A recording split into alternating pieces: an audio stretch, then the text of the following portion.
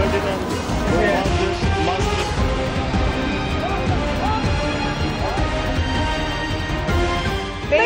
Oras.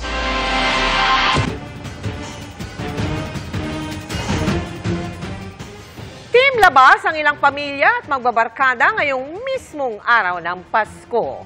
Marami ang dumagsa sa iba't ibang pasyalan at malls sa Metro Manila. Kasama na mga manonood ng mga pelikula na entry sa Metro Manila Film Festival na nagbukas na ngayong araw. Meron ding dumayo sa Tagaytay at Baguio City para sa literal na malamig at masayang Pasko. Magandang gabi po Luzon, Visayas at Mindanao.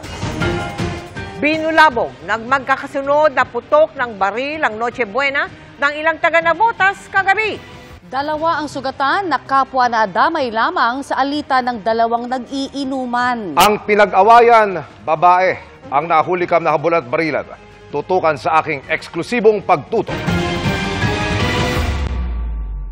Kulang kalahating oras bago magpasko, sumiklab ang gulong ito sa isang looban sa barangay NBBS, Navotas City.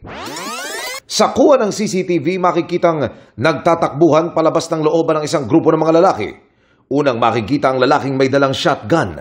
Hinahabol siya at pinuputukan ng isa pang lalaking may dalang pistola. Kasunod nila ang ilang pang lalaking nananakbo palabas ng looban. Maya-maya pa, isang lalaking duguan ang ulo ang makikitang inaalalayan ng dalawang babae. Siya si Robin Gisalan, 20 anyos, tinamaan ng bala sa ulo. Ayon sa tiyahin niyang si Aling Mercy, nagnonoche buena sila noon sa labas ng kanilang bahay nang mabulabog sila sa mga putok ng baril. Nagtakbo na po kami, nagkagulo na po kami lahat. Hindi namin alam kung ano nang nangyayari. Under observation ngayon sa ospital si Robin, pati na ang isa pang tinamaan din ng bala. Hindi po namin alam kung anong ugat ng barilan. Hindi po namin alam. Sa investigasyon ng Navotas Police, lumalabas na nadamay lang sa gulo ang mga biktima. Ang suspect daw na nakakulay asul, nakaaway sa kabilang inuman sa dulo ng looban ang lalaking may dalang shotgun.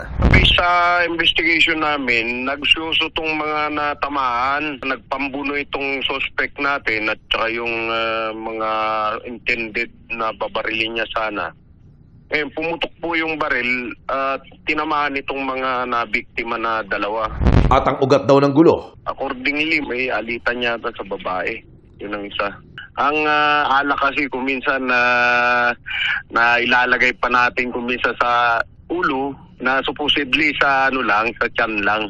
At nangyari po ito dala ng mga issue na dapat ma-resolve ng maayos.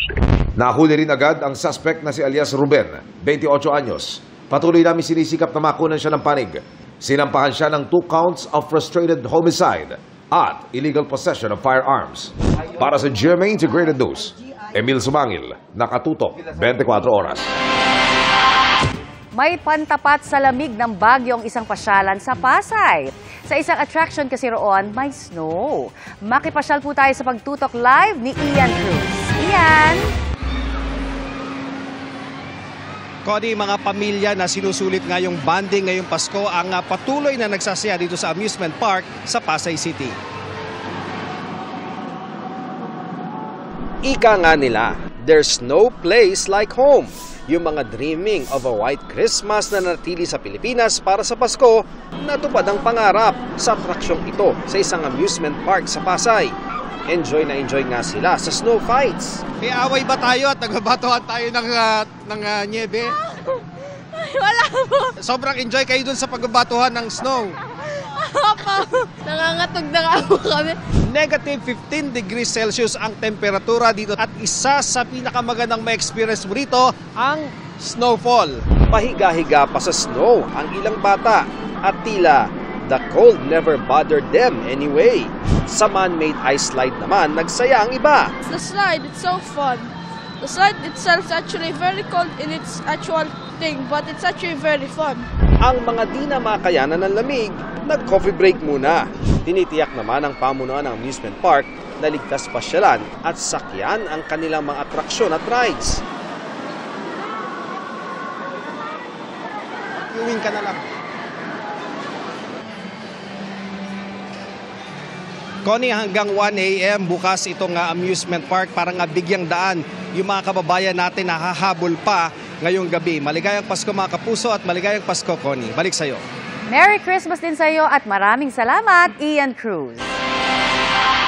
Tagos sa butong lamig naman ang ine-enjoy ng ilan nating kababayan na umakyat po sa City of Pines ngayong Pasko. Ang ilang pasyalan doon, 24 oras ng bukas. Live mula sa Baguio, nakatutok si Joan Punsoy ng GMA Regional TV, 1 North Central Luzon. Joan? Emil, Merry Christmas! Unang Pasko't bagong taon na walang state of emergency dahil sa pandemya. Kaya naman posible ito yung dahilan dahil dagsa itong mga bisita dito sa City of Pines. Isa rin sa ine-enjoy nga ng mga bisita at bakasyonista itong 15.6 degrees Celsius na temperatura ngayong araw. Marami namang pwedeng pasyalan sa bansa pero iba raw ang charm ng Pasko sa Baguio. Damang-dama ang lamig kaya pwedeng mag-OOTD ng jacket at kabi-kabila ang pasyalan starting with the Lion's Head sa Camp 7, Cannon Road. Sa ibang pasyalan naman, may physical activities tulad ng boating, biking sa Burnham Park. Pwede pang mag-go-kart sa halagang 75 to 300 pesos. Pang pamilya dahil pwede kahit bata o feeling bata. Mula Cavite, ito rin ang pinilahan ni Christine at kanyang pamilya. Since galing po sa ibang bansa yung papa ko, dito na po namin napag-decide na dito po mag-Christmas buong family po. Dahil sa dami ng mga bisita, 24 oras ng araw ang operating hours sa ilang recreational activities sa Burnham Park. Kasi sayang din naman yung magsasarap tapos magbubukas ulit. So, dire-diretso na lang. 24 hours na talaga.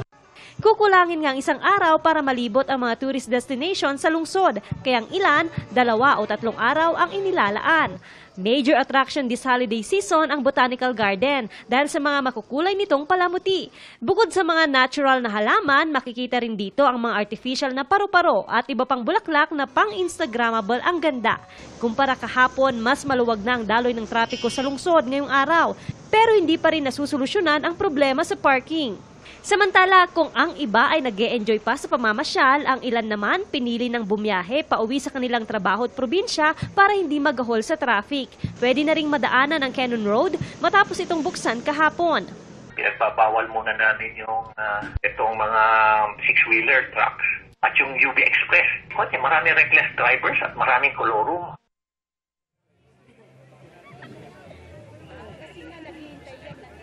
Emil, kitang-kita na nga ang ganda ng Botanical Garden dahil na rin sa makukulay na dekorasyon at pailaw. Samantala, nagpapatupad naman ng bakasyon lane ang otoridad dito sa Baguio City. Ito yung ruta nga ng mga motorista na hindi na dadaan sa Central Business District upang magtungo sa mga kalampit na tourist destinations gaya na lamang ng Sagada, Mount Pulag at iba pa. Emil? Merry Christmas at maraming salamat. Joan Punsoy ng GMA Regional TV, 1 North Central Luzon. Dahil sakto 1 linggo na lang bago ang Salubong 2024, dumami na ang namimili ng paputok at pailaw sa Bocaue sa Bulacan. Mula sa fireworks capital ng bansa, nakatutok live si Marisol Abduraman. Marisol? Mel, matapos nga may kapagsiksikan sa mga mall at shopping centers para sa Christmas shopping, dito naman ang punta ng ilan nating kababayan sa Bocaue, Bulacan para mamili ng mga paputok sa pagsalubong sa bagong taon. Ngayon mismong araw ng Pasko, dumayo pa mula Pangasinan si Romeo Sabangan para mamili ng mga pailaw at paputok. Siguro ngayon mura pa. Pag malapit na yung New Year, baka mas tumaas pa. Naghahabol din ng murang presyo si Olga Montoya na bumiyahe pa papunta sa Bocaue para sa mga paputok. Every year, kailangan may mga ganyan pampabuenas, sabi nga nila. At the same time, masaya naman talaga pag may fireworks, di ba? Parang feel mo yung celebration ng New Year. Pero hindi swerte ang idinulot ng mga paputok noong 1 taon sa ilang nabiktima nito. Sa datos ng Department of Health, mahigit 300 ang naitalang nasakta noong 2022. Nito namang Nobyembre lang, isang manggagawa naman ang nasawi matapos sumabog ang isang paggawa ng paputok sa Barangay Bunlo, Bocaue. Ayon sa mga nagtitinda, nakahanda naman daw sila sa mga safety measures sa lugar gaya ng mga fire extinguisher, mga drum na may lamang tubig at iba pa. Sir, anong ginagawa ho ninyo dito ng mga safety precautions po? pag ganitong dagsa ang mga mamimili? Yung mga ano po namin, ma'am, meron naman po, kompleto naman po kasi sa mga pampatay sunog. Samantala, tuloy-tuloy naman daw ang monitoring ng Department of Health. 16 na firecracker-related incident ang naitala sa selebrasyon ng Kapaskuhan. Karamihan daw sa mga biktima ay mga bata. Mga bata ang mga nabibiktima ng paputok. Bagaman naghahanda na raw ang mga ospital, paalala ng DOH, pinakamainam pa rin daw na wag nang magpaputok para iwas disgrasya.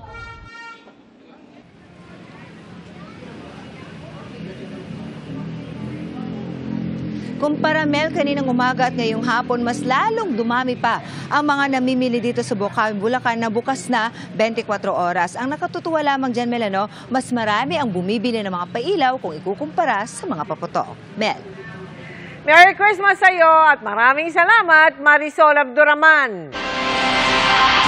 At kaugnay pa rin po niyan, huwag pong mamaliitin kahit mga lusis dahil isa pong bata ang nalapnos niyan. Ang paghahanda ng mga ospital sa mga ganyang insidente tinutukan ni Chino Gaston at Sandra Aguinaldo. Pinasilip na ng Jose Reyes Memorial Medical Center o JRMMC ang ilan sa kanilang paghahanda para sa pagsalubong sa bagong taon. Nakahanda na ang lugar na nakalaan para sa fireworks-related injury. Ipinakita rin nila ang ilan sa kanilang kagamitan. Kunwari po, nasa bugan ng kamay. So ito po, yung tinatawag po namin dito, hand retractor po. So ang kamay po ng pasyente, ilalapag po dito habang nasa operating room. Tapos para mas madali po namin maoperahan yung kamay ng pasyente. Para po nakalatag yung kamay ng pasyente. Higit na marami pa rito ang kagamitan na inihahanda nila sa pagsalubong ng bagong taon. Lahat daw pinaghahandaan nila pati na yung pagkasira ng buto dahil sa paputok. Ito po yung medical grade po na drill na ginagamit po namin para po magpasok ng mga alambre katulad po nito. Kung gusto po namin na yung buto ng pasyente, ibabalik po, ipagdudugtong po ulit. Gagamitan po namin ng mga alambre or mga bakal na katulad po nito. Sa ngayon, 4 na pasyenteng nasugatan sa paputok ang nadala sa JRMMC.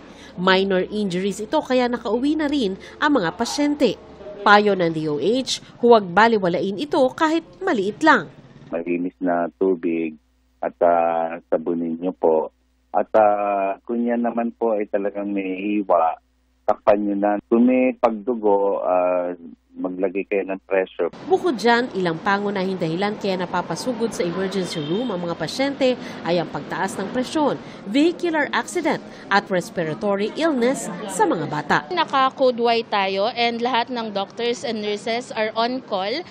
We make sure that our medications and supplies are complete in the hospital as we prepare for the coming New Year. Kasi nga, we are expecting na baka tumaas pa yung firework-related injuries natin. Isang linggo bago ang bisperas ng bagong taon, handa na ang mga pampublikong ospital sa Quezon City sa posibleng pagdating ng mga masusugatan ng paputok. Sa Quirino Memorial Medical Center, may isa ng naitalang fireworks-related injury. Isang batang nalapnos ang balat matapos tutukan ng lusis. Agad naman itong pinauwi matapos gamutin. Pero para sa mga mas malalang sugat, may bukod na firecracker-related injury ward. Dito nagbabantay ang mga emergency medical personnel para gamutin o kung kinakailangan, putulin ang mga parte ng katawan na mapipinsala ng paputok. Pagpasok natin, Ipinakita sa amin ng mga doktor ang ilan sa mga equipment na gamit sa surgery. Bone rondure at iba't ibang mga instrumentong pamputol ng buto at ng laman. Kabilang na ang instrumentong ito na tinatawag na ring cutter, pamputol naman ng mga singsing mula sa mga mai-injure na daliri, dala ng paggamit ng illegal na paputok. Kaya paulit-ulit ang panawagan ng ating mga doktor sa ating mga kababayan, huwag na talagang gumamit ng paputok sa pagsalubong sa bagong taon. Sa datos ng Department of Health, 12 na ang bilang ng mga nasugatan dahil sa paputok sa buong bansa. Pero sa tingin ng mga doktor sa QMMC, malaki ang epekto ng kampanya ng DOH para hikayatin ang mga Pinoy na umiwas na gumamit ng mapaminsalang paputok.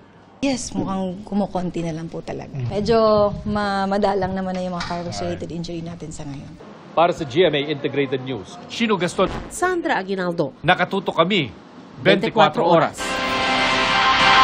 good vibes naman, maraming Pinoy ang dagsa sa mga libreng pasyalan matapos makapamasko. Ang iba, syempre, nag-outfit check ng napakaangas nilang forma. Nakatutok live si Mark Salazar. Mark? Mel, nakipaskong pasyal kami dito sa Maynila para magmasid ng mga ngiti ng mga kababayan natin at nakiusyoso na rin kami tuloy kung ano ba ang kwento sa likod ng mga ngiting iyan. Punong-puno ng mga pamilya at barkada ang Luneta para sa iisang pakay. Makapagsaya kahit ngayon lang. Nagpipiknik, kwentuhan, picture-picture. Puro gala. Pagkatapos ng Pasko, balik sa dati ulit. Nakakatuwa ang magkakapatid na ito mula Katarman, Northern Samar. Parang walang pagsidla ng saya. Kahit ang ilan sa kanila, nilubog pala ng baha ang bahay sa Samar kamakailan lang. Maraming pagsubok. Gaya hunang. Yung bagyo, tapos yung krisis, lindol. Kasi sa amin laging lumilimindol doon yung doon sa Katarman. Ano nangyari sa inyo nung nagbaha? Lampas tao ang bahay. Pero kayo na may ang lalaki pa rin ng ngiti, ba't ganun? Siyempre, nagpuntahan dito sa Maynila eh. Parang bilis-bilis nyo makalimot sa problema. Oo. Ano sikreto? Nagkita-kita kami. Ang iba pang nakausap namin, puro problemang pinansyal na ang ikinwento. Pero Pasko, kaya kinakalimutan raw muna yan. Kung isang bagay na nagpapangiti sa pamilya nyo na dapat yung pagpasalamat, ano yon? Yung masaya kami magkakasama sa araw-araw na nabibigay sa amin ng Diyos. Magkakasama, walang sakit ng pamilya. Iba naman ang eksena sa Intramuros. Mukhang paboritong location shoot naman ito ng mga content creator. Lalo na ang park sa tapat ng Manila Cathedral. Puro mga kabataan ang nandito na palong-palo ang outfit for the day. Hashtag Christmas outfit check. Hashtag napakaangas. Hashtag aurang Pasko at aesthetic daw sila. Ano naman ang attire mo? Sa ano lang po, sa Pinterest lang po. Pinterest po, yung app po.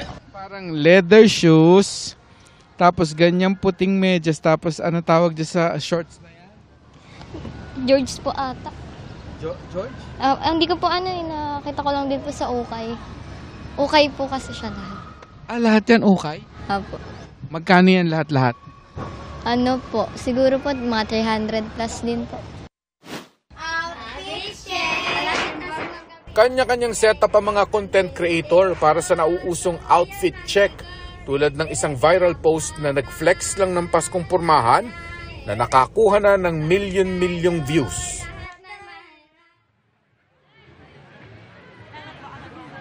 Good vibes naman talaga palagi, Mel, di ba? Ang magic ng Pasko.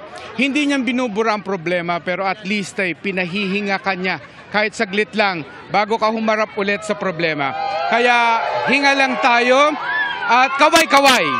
Merry Christmas, Mel, live mula rito sa Luneta sa Maynila para sa GMA Integrated News, Mark Salazar at ang mga kapuso natin. Nakatutok 24 oras. Merry Christmas din sa inyong lahat at maraming salamat, Mark Salazar.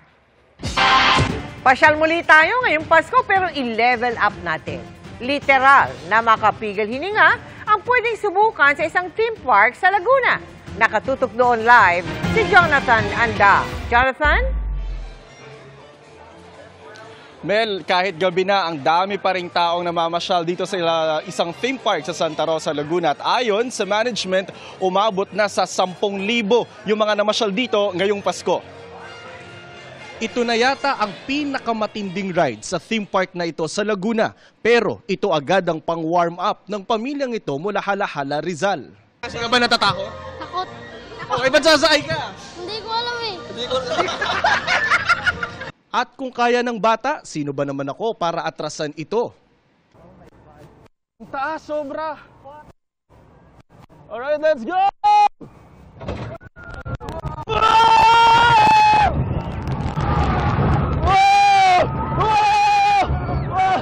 Ayoko lang dumila! Hindi ka tayo ako! Pababa sa ride, ang batang natatakot kanina, naiyak na. Bakit ka umiyak? Ang bilis! Uulit ka ba? Sa isa pang extreme ride, may isang tatay na napilit lang din daw ng mga anak. Tay, napipilitang alam ba rito? Naka-experience naman ako sumakay dyan. Paano na yun, kakaedad na. Talay ko ulit. Sa ride na to, bibigyan ka muna ng magandang view sa taas bago ka biglang ibabagsak. Wow! Wow! Fuck! Wow! Let's go! Pinakamarami rito ang mga bata na ang iba dito na dumiretso matapos mamasko. Nakapamasko na ba kayo? Opo. Asan na yung pinamaskuhan nyo? Andun kay mama. Kay mama? Andito na rin pinamaskuhan nila. Tirik ang araw mula umaga hanggang hapon, kaya ang iba? Basa ka na! Okay lang, mainit naman. Pag nabasa, pwedeng magpatuyo sa flying rides. Pwede kang maglaro na lang din gaya nitong paggalingan ng balanse. Mahaba ang pila kanina sa mga rides na pambata pero sandali lang ang hintayan sa mga extreme rides. Hindi pa masyadong dagsa pero inaasahan namin na itong darating na linggo na ito, which is our busiest week, dadami pa yung mga tao. Mel, 7:45 ngayong gabi magkakaroon ng parada ng mga mascot ng Enchanted Kingdom at ang alas 8 mamaya ay ang inaabangang fireworks display. Simula po rito sa Santa Rosa sa Laguna. Sa ngalan ng aking buong team, ako po si Jonathan Andal. Bumabati sa inyo ng Maligayang Pasko! Balik muna sa iyo, Ninang Mel, namamasko po. Maraming salamat din sa inyo. Merry Christmas, Jonathan Andal. Ituloy naman natin ang bonding ngayong Pasko sa paboritong road trip destination sa Cavite, kung saan ay malamig na rin daw. Live mula roon nakatutok si Mariz Umali. Mariz, saan ka na masyal? Mary, ang naging Pasko ng ating mga kababayang dito nagdiwang sa Tagaytay para ma-enjoy ang kanilang magagandang mga pasyalan at ang kanilang malamig na panahon.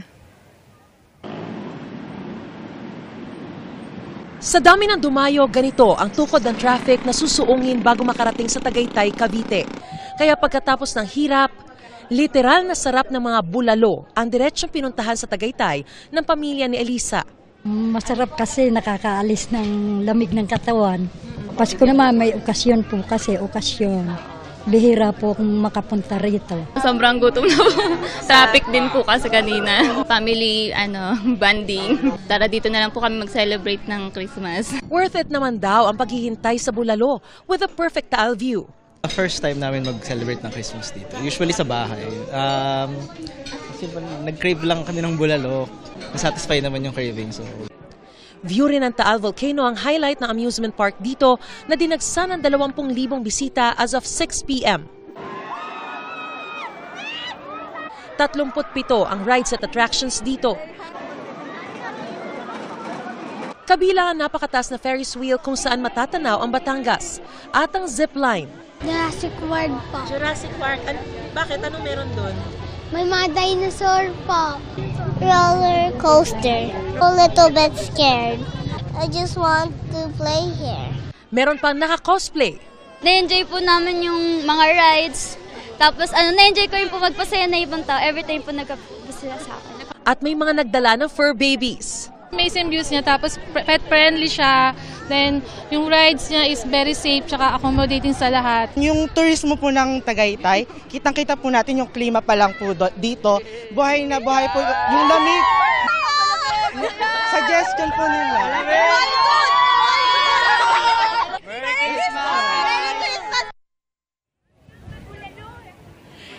Mel, ngayong Christmas season, bukas ang amusement park na ito mula alas 8 na umaga hanggang alas 12 na hating gabi. Kayo kung makikita nyo, talaga napakarami pa pong mga tao rito nag-e-enjoy ng iba't ibang mga rides and attractions dito sa amusement park na ito. At lahat kami nag-e-enjoy. Mula rito, bumabati kami sa inyo, Ninang Mel, sa lahat ng mga kapuso natin ng Merry Christmas para sa GMA Integrated News. Mariz Umali nakatutok, 24 oras. Merry Christmas sa inyong lahat dyan sa Tagaytay. Maraming salamat sa iyo, Mariz Umali.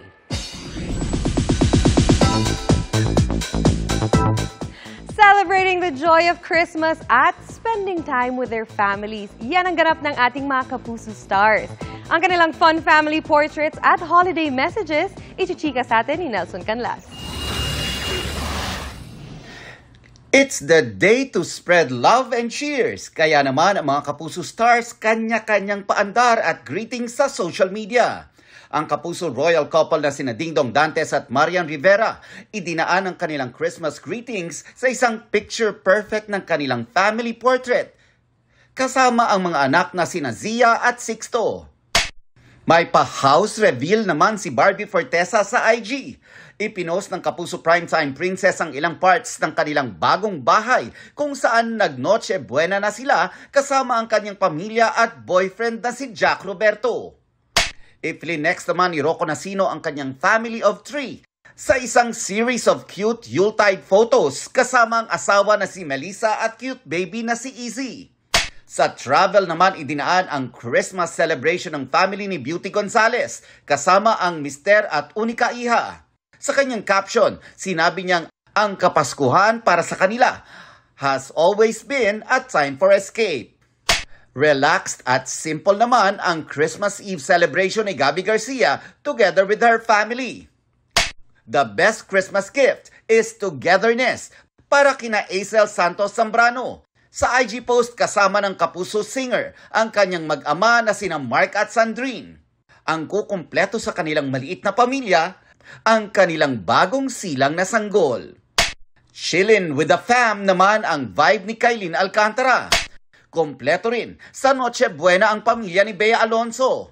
Ready to party at home naman si Sanya Lopez. Family, love and peace. What more can one ask for para kina Zoren Legaspi, Carmina Villaruel at twins na sina Cassie at Mavi Legaspi.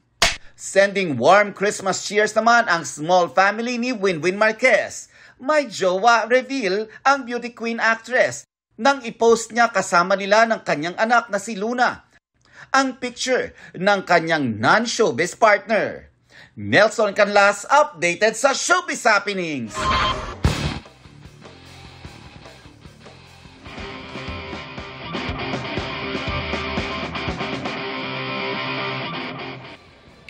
Hindi matatawaran ang dedikasyon ng mga kabataang miyembro ng Football Club Bilibid na sumisipa para sa kanilang pangarap. Kahit ang ilan sa kanila, nakapiit ang magulang. Ngayong Kapaskuhan, let's change the game at hayaan silang makagol sa sorpresang hatid natin.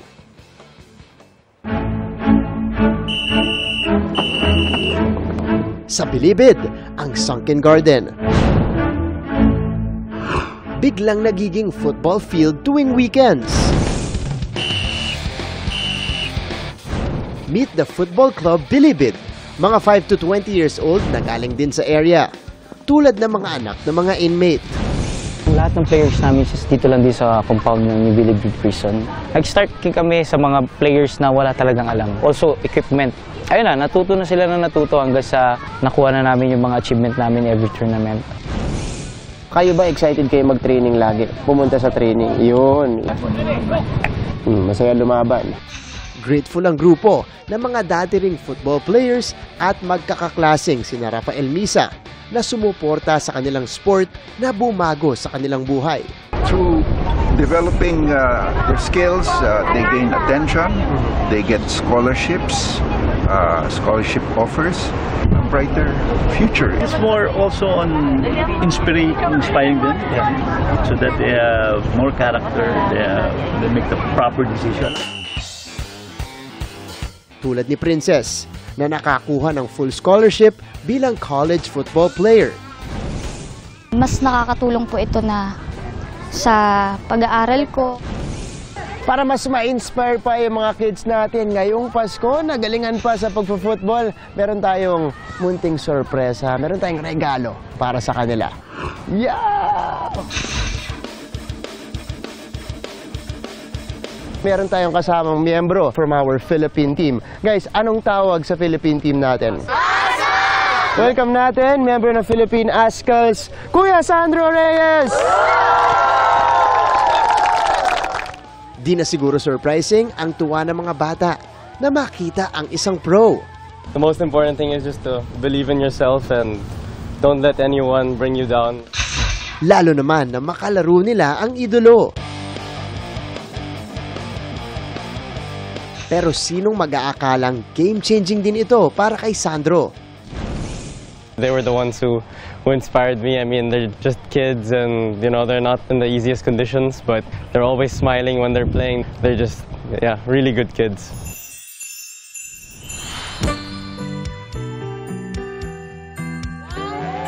Inspiring na dapat i-celebrate lalo ngayong Pasko. Kaya may pa-Christmas party na rin kami ni Sandro. At may bit-bit pang mga regalo mula sa Kapuso Foundation. Nakakataba ng puso na makita yung mga batang ito na sinusuportahan ng ganito. Sana po magpatuloy itong programa nila. Para sa GMA Integrated News, ako si Martin Javier. Ako si Sandro Reyes. Changing the game!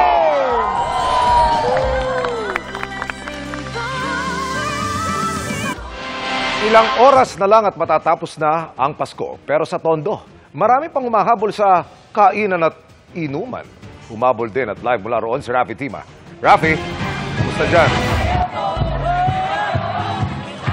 Emil, ano man ng okasyon talaga namang living up to its name, ika nga itong Tondo sa Maynila bilang isang lugar na masaya. Lalo na ngayong Kapaskuhan. Kahapon, bisperas ng Pasko nangyari yung mga organisadong Christmas party sa mga barangay at kalye rito. Pero hanggang ngayon ay makikita pa rin sa labas ng mga tahanan ng mga taga-Tondo ang salo-salo at handaan tulad nitong nangyayari sa aking likuran na nagmimistulo at tuloy isang malaking party place ang lugar na ito.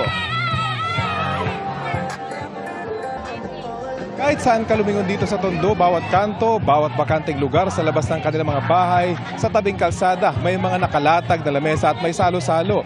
At dahil Pasko, kapansin-pansin na halos karamihan ay nakagayak o nakabihis sa kanilang Sunday best, ika nga. Mula mga bata hanggang sa mga dalaga at binata, nakaporma. Maraming suot ang kanilang mga bagong damit habang umiikot at pinupuntahan ng kanilang mga kaanak at mga ninong at ninang. At dahil ang Pasko ay para nga daw sa mga bata, ang isang pamilya dito sa Bambang Street may sariling palaro sa tabi ng kalsada para sa mga kabataan. Maging sa katabing Santa Cruz sa Maynila, ganito rin ang eksena. Ang mga kainan at salo-salo sa mismong kalye na sa labas ng kanilang mga tahanan. Mas masaya nga naman daw kaysa magkanya-kanya sa loob ng kanilang mga bahay. Hindi syempre mawawala ang inuman. Pero sa ating mga inikutan, laging may mga nakaantabay ng mga opisyal at tanod ng barangay para masiguro na ang inuman mananatili sa tiyan at hindi mauuwi sa kaguluhan. Bagamat regulated na email, hindi pa rin mawawala yung kabi-kabilang pagpapaputok. At bagamat nangyayari ngayon, talaga parang naghahanda na sila para sa pagsalubong sa bagong taon. Pero kapansin-pansin ni Mil na malaki na yung ibinawas ng mga nagpapaputok dito sa Tondo sa Maynila. Hindi ko ikukumpara sa mga nakarang taon na talaga minuto, segundo ay may pumuputok dito sa ating paligid. Pero ngayon ay kapansin-pansin na pa isa-isa na lamang yung mga nangyayaring ganyan. Ang mahalaga lang naman daw para sa mga taga rito sa Tondo sa Maynila ay ma-enjoy nila at masayang may pagdiwang ang Pasko. At yan ang latest mula rito sa Tondo, Maynila. Bumabati sa inyo ng Merry Christmas, Emil. Maraming salamat and Merry Christmas, Rafi Tima. Buhay na buhay muli ang isa pang tradisyong nalimot noong pandemya. Ang sama-samang pagmomall at panonood po ng sine pag Pasko. Kaya naman makibonding po tayo sa live na pagtutok ni Dano Tingkungko. Dano? Connie, matapos nga ang Noche Buena at Pamasko, marami na naman ang nag-mall tulad na lang sa isang mall sa Manila Bay.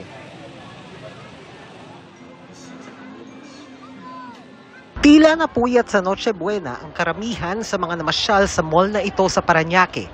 Lagpas tanghali na nang mapuno ng tao ang lugar. Sa mga palaruan, kainan at tindahan, mga masayang pamilya kaliwat kanan. Hindi lang tiyan ang busog, lalo't marami rin namang aliwan. Tulad na lang ng garden na ito na may palaruan para sa mga bata. Santa Village, kung saan may pa-meet and greet pa with Santa Claus. Ilan pa sa mga nakausap namin piniling mag-bonding sa sinehan, lalo't first day ng Metro Manila Film Festival. Masaya po ang Pasko namin ngayon. Sana all. Paano masaya? Salo-salo kami pamilya this Christmas and ngayon nandito kami manunood. para to spend time with the family. Hindi perfect attendance dahil nasa ibang bansa ang kanilang ama, pero sabi nila, kagabi video call kami. Ganun lang palagi. Pero bibihira siya. Kasi madalang lang namin siyang makasama pag Christmas. Pero at least masaya rin kami kahit papaano. Kasi kumbaga, kahit iba ang time sa ibang bansa. Para sa pamilya naman ni Jeline at Jacqueline, ang Pasko double celebration. Hindi lang ng Pasko, kundi pati ang 74th birthday ng kanilang lolang si Teresita. Birthday ng lola ko at the same time po, pang bata po. Nakagawian na po kasi. Tsaka yun lang po yung nakukumpleto kami. Madalas naman kasi ang namin, ang kinagawian na po kasi namin talaga, every birthday ng mother ko, sineselebrate talaga namin. Nanonood kami ng sine, kumakain kami sa labas, gano'n. Nagpa-flashback pa yung pagkabata mo, yung gano'n. Parang iniisip mo, di ba tayo, pag may mga bata tayo, parang meron tayong gustong puntahan, ng gano'n. Tapos, parang nare-rewind yung story mo nung bata ka.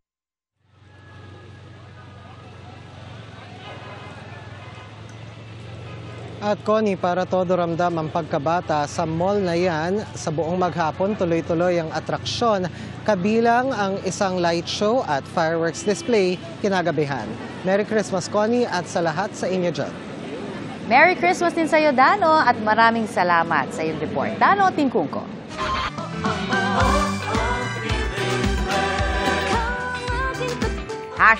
#feeling blessed talaga ang maraming pamilya na kumpleto ngayong Pasko. Yan din ang simpleng hiling na isang batang nawalay sa kanyang kuya. Kaya 2 taon na silang hindi nagkikita. Sinubukan niyang tuparin sa programa ng isang parokya sa Caloocan. Ang reunion, tinutukan ni Tina Panganiban Perez.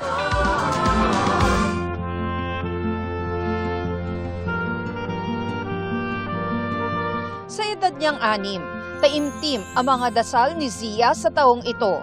Ang Christmas wish niya kasi hindi mabibili tulad ng mga laruan. Ang hiling niya, makapiling ang kanyang kuya na mahigit 2 taon nang hindi nakakasama. Nung napunta po kami ng Manila, naghiwalay po sila kasi nauna po kaming dumating. Tapos hindi ko na po siya nakuha. Naghiwalay na po kami ng father. Napunta yung anak ko pong si Sui sa father niya. Tapos si Sia po ay napunta sa akin. Ay ko namimiss yung anak ko lagi. Pero siyempre, kailangan magpatatag kasi ako yung nanay. Ang wish na ito ni Zia, ipinarating sa kanilang parokya, ang St. Gabriel the Archangel Parish sa Caloocan City. Sa ilalim ng programang Anghel ng Pasko, isinusulat sa papel at sinasabit sa Christmas tree ng mga kabataan ang kanilang wish. Christmas season, nagkakaroon na po talaga ng gift giving. Naglalayon po itong project na ito na makatupad po ng kahilingan ng mga kabataan ng parokya ng San Gabriel. Noong nabasa ko yung wish ni Zia, ramdam ko kaagad sa puso ni Zia yung malalim na paghahangad niya para sa kanyang makapiling ang kuya niya. Kaya naman tunay na feeling blessed si Zia ngayong Pasko nang matupad ang kanyang wish. Mula Caloocan, dinala nila si Zia sa Cavite para makita ang kanyang kuya at makalipas ang mahigit 2 taong pagkakawalay.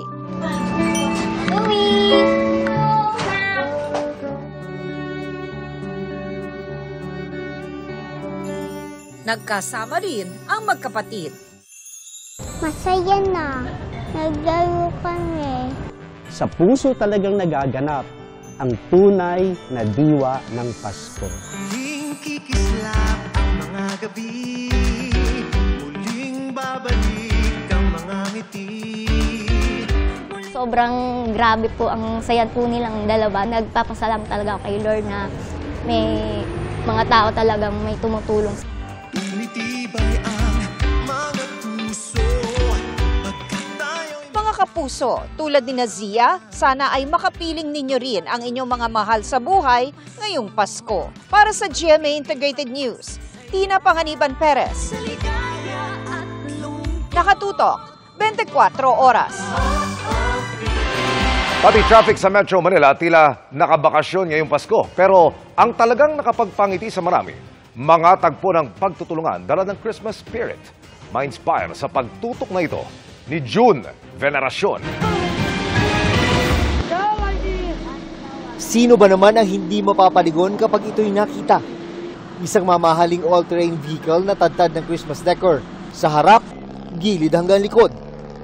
Pero higit sa ganda ng sasakyan, mas nakamamangha ang dalang Christmas spirit na nagmamaneho nito. Solo siyang namimigay ng pagkain sa mga nanlilimos sa kalsada sa may Pasay Rotonda. Hindi siya nagpa-interview sa harap ng kamera at nakiusap na huwag ipakita ang muka. Pero ang sabi sa akin ng 22 anyos na negosyante, ngiti at pasasalamat mula sa nabibigyan ay okay na raw sa kanya. Isa sa nabigyan si Rachel na pinoproblema ng mga oras na yon ang pananghalian nilang tatlong mag-iina. Natouch po ako kasi sobrang bait po eh. Kahit po sa konting pagkain, at least po nakapagbigay po siya. Matamis din ang ngiti ng halos 100 pamilya ng Upper Lugsad, Calabanga, Camarines Sur at Upper Panikwason sa Naga City na nasa paanan ng Mount Isarog. Muli kasi silang binisita ng mga Santa hikers na bukod sa mga dalang laruan, damit at pagkain, nagbigay din sila ng kasiyahan sa mga residente sa lugar. Nag-hike kami pag December, nahihiling mi na karumayong day namamati duman sa taas ang essence kang Christmas. Habang nagkakagabi ang kasalibutan, tadigdi, mga party-party, ito mga aki duman sa taas, itong mga pamilya duman, busy sinda sa itong aral daw nindang pagkabuhay. May dalang ngiti rin ang traffic sa EDSA na naging kasing kahulugan na yata ng siksika ng mga sasakyan. Pagmasdan ang pinagkaiba ng traffic noong December 15 at ngayon sa EDSA Mandaluyong. Inurasan namin ang biyahe mula Taft Avenue hanggang Monumento na sa ordinaryong araw ay pwedeng abutin ng higit 2 oras ang biyahe. Mula EDSA Taft hanggang dito sa Monumento, ang aming travel time mahigit 38 minutes. Kung ganito ba naman lagi sa EDSA, sana araw-araw Pasko. Saktong-sakto ang ganitong traffic sa mga nag-iikot at gustong bumisita kay Ninong at Tinang. Ibang usapan na kung sila ba ay magkikita. Inanak ni Ninong ko. Sana Ninong ko magpakita na. Nagtatago Ninong ko eh. Pero para kay Benedict, na pamamasada ng motorsiklo ang kinabubuhay. Maluwag sa maluwag, kaso lang hindi naman pabor sa amin yung kailangan maraming biyahero. Doon lang kami magkakapera. Maluwag din ang traffic sa NLEX. Walang kaproblema kahit sa Balintawak Toll Plaza. Holiday pa rin bukas kaya halos wala ring inaasahang magbabago. Pero pagkatapos, tiyak balik na naman sa katotohanan. Naku, mahirap nga pagpasukan na, hirap nga, traffic na. Para sa GMA Integrated News, June Veneracion, nakatutok 24 oras.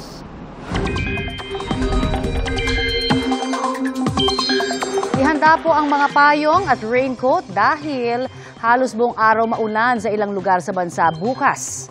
Batay po sa datos ng Metro Weather, mula umaga ay posible ang katamtaman hanggang matitinding ulan sa silangang bahagi ng Luzon, particular po sa Cagayan Valley Region. Sa hapon hanggang gabi naman, may malalakas na ulan sa ilang lugar sa Central Luzon at Ilocos Region. Uulanin din ang Bicol Region. Sa Metro Manila, maghanda po sa posibilidad ng thunderstorms. Moderate rains naman ang posibleng maranasan sa malaking bahagi ng Visayas, lalo na sa hapon at gabi. Posible rin ang thunderstorms sa malaking bahagi ng Mindanao. Ang mga pag-ulan pong yan ay maaaring magdulot ng baha o kaya'y landslide. Ayon sa Pag-asa, amihan o northeast monsoon ang umiiral sa Luzon at easterlies naman sa silangang bahagi ng Visayas at Mindanao. Dahil din po sa amihan, nakataas ang gale warning ng Pag-asa sa seaboards ng northern at central Luzon. Ibig pong sabihin, delikadong pumalaot doon.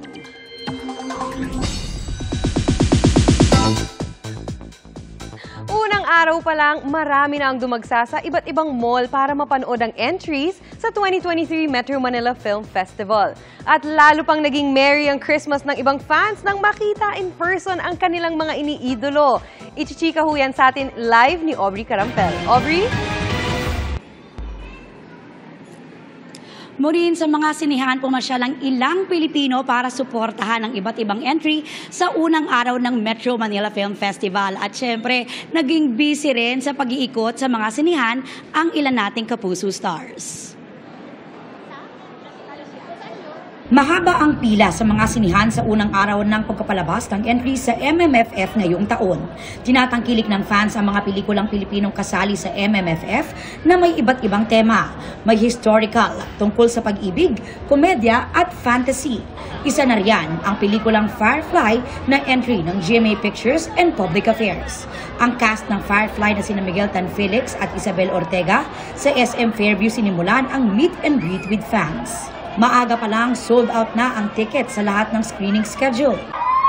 Sa Mall of Asia na last stop ng cinema tour, maraming fans ang natuwa nang makita ang Isabel pagkatapos ng pelikula. Ang ilan na iiyak pa rin kahit tapos na ang movie dahil sobra raw silang nakarelate sa kwento. Nakarelate ka? Opo.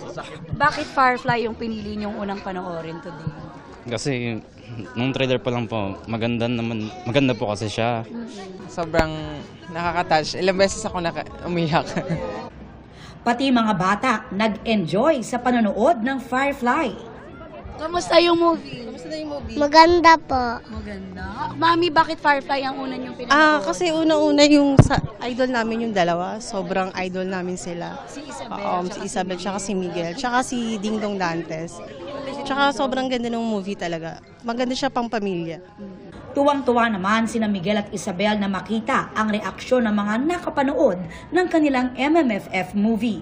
Sobrang happy kami kasi sobrang na-appreciate nila talaga yung movie. And even here, meron kami na-meet na family na talagang nakita namin yung reaction nila na umiiyak ba rin sila hanggang tapos sa yung film. And talagang nakarelate sila. And sobrang na-touch lang din ako knowing na maraming napulot na aral sa film na to and maraming na-touch din. Saka grateful kami dahil halos lahat ng cinemas na pinuntahan namin ngayon, puno. And yung balitang natanggap namin na sold out, halos karamihan ng sinehan na merong Firefly. Sobrang nakakatuwa eh.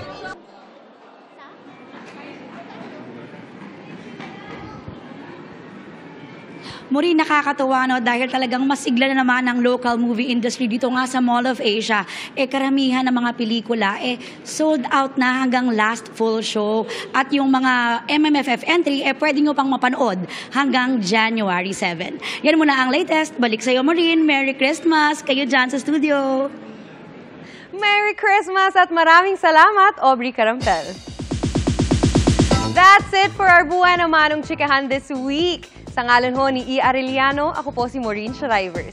Merry Christmas mga kapuso! Miss Mel, Miss Connie, Sir Emil.